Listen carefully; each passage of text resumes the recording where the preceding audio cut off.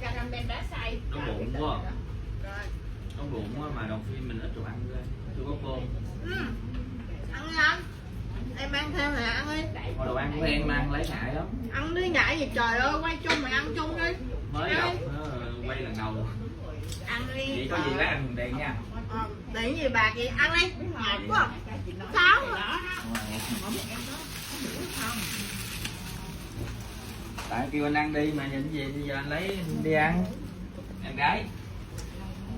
Anh có chút đồ ăn nè, em muốn ăn cái gì? Ôi nhiều quá nhỉ. Muốn ăn gì ăn nha. Ăn hết luôn được không anh? Được, ok nè. Cảm ơn anh nha. Ăn trời Tại cho mình nè, cốc nè, cái dễ thương đó mà. cốc cái đi nè. Dạ nè. Quay cái là thấy ghê. Chị nói ăn đi, ăn Thấy đi. hết của em mình rồi. Ba đồ của cô hồn không mà gặp cái ghê. Đang ngon cũng chết rồi cũng có hồn.